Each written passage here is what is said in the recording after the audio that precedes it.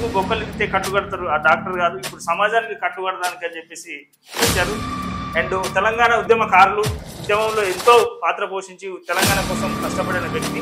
So Nizamabad rural MLA doctor Bhupat Reddy గారిని ఈరోజు నేను ఇంటర్వ్యూ చేస్తున్నాను. ఈ ప్రొఫెషన్ చాలా గొప్ప సార్. దేవుడు ఉన్నారంటే డాక్టర్ అంటారు. సో అంత మంచి ప్రొఫెషన్ వదిలేసి అంటే రాజకీయంలోకి ఎందుకు రావాలి? అంటే ఇప్పుడు తెలంగాణలో టీఆర్ఎస్ పార్టీలో ఉన్నప్పుడు మీకు ఎమ్మెల్సీ పదవి ఇచ్చినారు సార్. సో ఎమ్మెల్సీ పదవి ఇచ్చిన తర్వాత కూడా ఆ పార్టీ మీద అసంతృప్తితోటి రాజీనామా చేసి కాంగ్రెస్లోకి రావడం గల కారణం.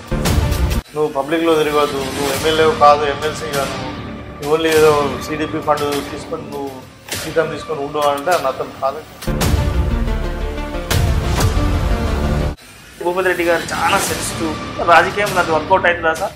ఇంకేం కాదు, మంచికి మడు చెడు చెడు ఉంటావు. మంచి వాళ్ళకి మంచిగా ఉంటాము, చెడు వాళ్ళకి చెడు ఉంటాము. టీఆర్ఎస్లో ఉన్న ఏంటంటే అంత హైహాండ్ దొరతనము, కనుమడు కాళ్ళు మొక్కాలంటే మనతో కాదు.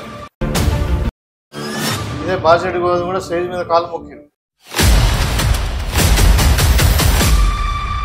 తెలంగాణ వచ్చిన తర్వాత కూడా ఇంకా మళ్ళీ ఆత్మగౌరవం కనుక్కొని ఎవరో కాళ్ళు మొక్కాల్సిన అవసరం లేదు.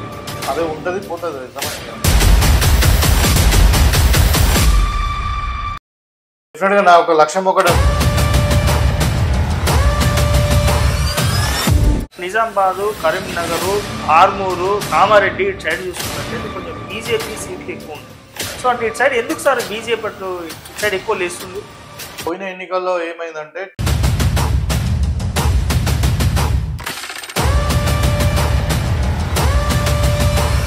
అయోధ్యలో రామ మందిర్ కట్టారు. అక్కడ ఎందుకు ఓడిపోయింది బీజేపీ? మరి మోడీకి 5 లక్షల మెజార్టీ వచ్చింది. ఇలా ఎందుకు వచ్చింది 1 లక్ష మెజార్టీ? ఇప్పుడు అక్షంతలు మంచితే ఓట్లు పడతాయి అనుకుంటే కష్టం. ఇలా 400 పార్ అన్నారు. ఏమైంది? 400 పార్ కదా, 300 పార్ కూడా కాలే, 250 పార్ కూడా కాలే. ఇలా 230 సీట్లు వాళ్ళది. ఇంకా లాస్ట్ టైం 130కి వస్తుంది. మళ్ళా రైట్ ఆఫ్ ఇన్ఫర్మేషన్ కొరకు తెచ్చింది కాంగ్రెస్ పార్టీ, ఎనర్జీ స్కీమ్ తెచ్చింది కాంగ్రెస్ పార్టీ, ఇవాళ డ్యాములు కట్టింది కాంగ్రెస్ పార్టీ, రోడ్స్ వేసింది కాంగ్రెస్ పార్టీ. ఇవాళ మా నిజామాబాద్ జిల్లాలోనే చెప్తా ఉన్నా నేను, ఇవాళ మెడికల్ కాలేజ్ ఇచ్చింది Congress party, university Telangana university ఇచ్చింది కాంగ్రెస్ పార్టీ, బాసల IIIT తెచ్చింది కాంగ్రెస్ పార్టీ, సింగిల్ స్కూల్స్ తెచ్చింది కాంగ్రెస్ పార్టీ, మోడల్ స్కూల్స్ తెచ్చింది కాంగ్రెస్ పార్టీ, జిల్లా పరిషత్ స్కూల్ తెచ్చింది కాంగ్రెస్ పార్టీ. కాంగ్రెస్ పార్టీ అధికారంలోకి వచ్చిన తర్వాత ఇప్పటి వరకు కూడా విద్యాశాఖకు సంబంధించి మినిస్టర్ని అపాయింట్ చేయలేదు. సో అంటే కాంగ్రెస్ పార్టీలో గెలిచిన ఎమ్మెల్యేలకు ఎవరికి విద్యాశాఖ మంత్రి ఉండే అర్హత ఎవరికి లేదా సార్? అంటే నేను ఒకటే మీకు దానికి సమాధానం చెప్తా ఉన్నా.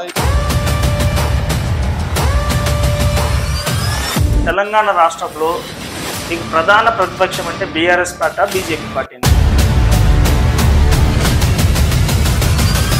ఇందుకు వెళ్ళడు అందు లేడని సందేహం వాళ్ళది. ఎందెందు వెతికినా అందందు వెళ్ళడని